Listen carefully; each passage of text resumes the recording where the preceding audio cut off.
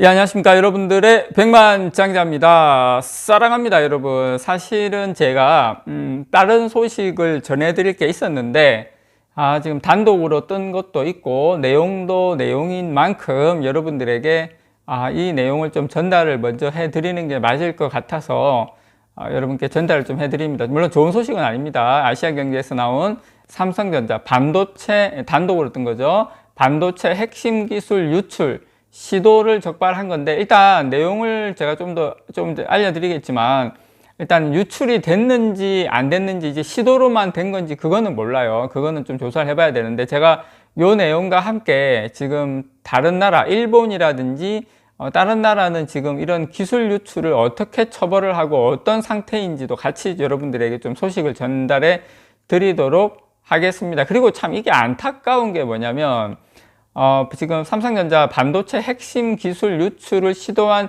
정황이 일단 포착이 된 건데, 이 해당 기술은 글로벌 시장에서 지금 경쟁이 상당히 격화되고 있는 이거의 지금 반도체 위탁 생산, 다시 말해서 파운드리 분야에서 유출이 시도된 것으로 지금 포착이 됐습니다. 조금 파운드리 쪽은 이제 중국이라든지, 사실 파운드리 경쟁력은 우리 TSMC하고 삼성전자밖에 없어요. 사실 뭐 지금 EUV 공정으로 가는 건 이제 이것을 가려고 하는 곳은 중국밖에 없죠. 그래서 아마 중국 쪽에서 아마 유출을 의뢰하지 않았나, 그냥 추정입니다. 개인적으로 뭐 확정된 건 아니고 뭐 지금 뭐 조사를 하고 있는 마당에, 근데 그렇지 않았나 개인적으로 생각을 합니다. 그래서 지금 삼성전자 내부에서 현재 지금 파운드리 사업부에서 반도체 대외비 자료를 유출하려던 직원을 지금 적발해서 조사 중에 있습니다. 조사 중에. 그래서 지금 소식통에 따르면은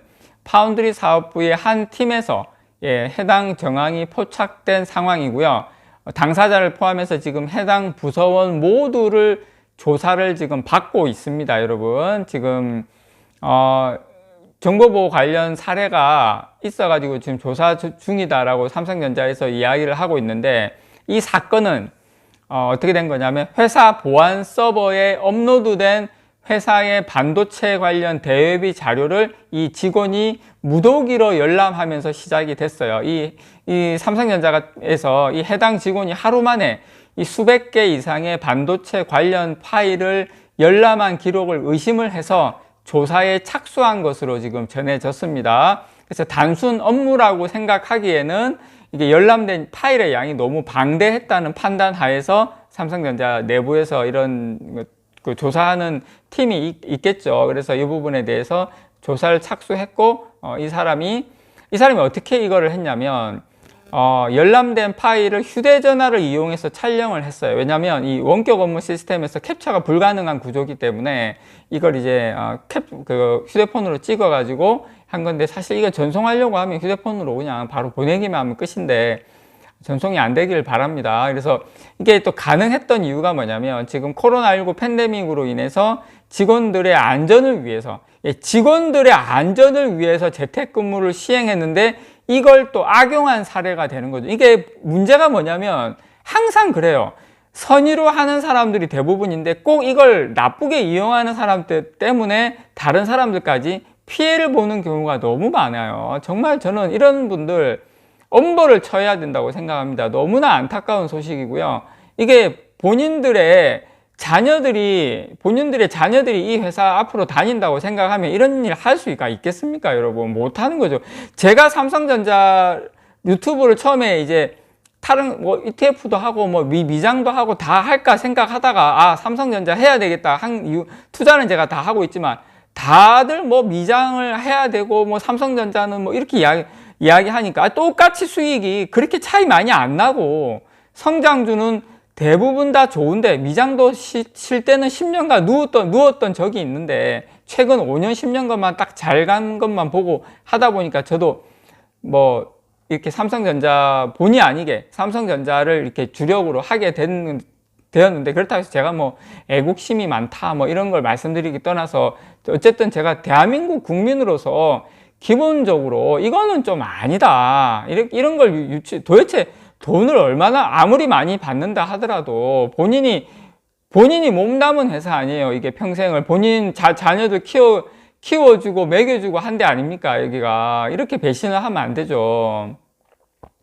어쨌든 삼성 내부에서는 자료 양이 너무 많고 수법이 치밀했다는 점에서 우려의 목소리가 나오고 있고요. 당연하고 아마 중국 등 타국의 어떤 반도체 기업 등과의 유착도 당연히 배제할 수 없는데 뭐 중국일 확률이 높겠죠. 그래서 어쨌든 수사당국의 어떤 정식 고발 조치를 할 가능성이 높다. 그 정도 이제 삼성전자에서 나온 이야기인데, 자, 그러면 다른 나라는 어떠냐? 다른 나라는 지금 세계 각국, 세계 다른 나라들도 반도체를 비롯해서 핵심 기술을 어떤 뭐 해외 유출하는 이런 것에 대해서 처벌을 강화하는 쪽으로 발빠르게 움직이고 있거든요. 일본 같은 경우에는 첨단 기술을 유출하는 어떤 연구자나 그 관련자는 2년 이하의 징역으로 처벌하는 내용의 경제안전보장 추진법을 제정을 했습니다. 그래서 어떤 일본도 어떤 기술 이런 정보 유출을 막기 위해서 정부가 직접 개입을 하고 있다. 자,